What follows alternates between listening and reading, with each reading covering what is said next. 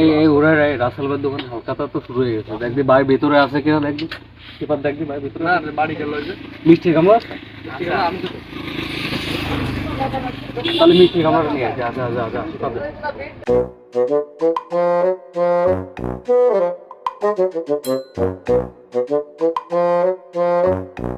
কোথায় নিয়ে যাচ্ছ?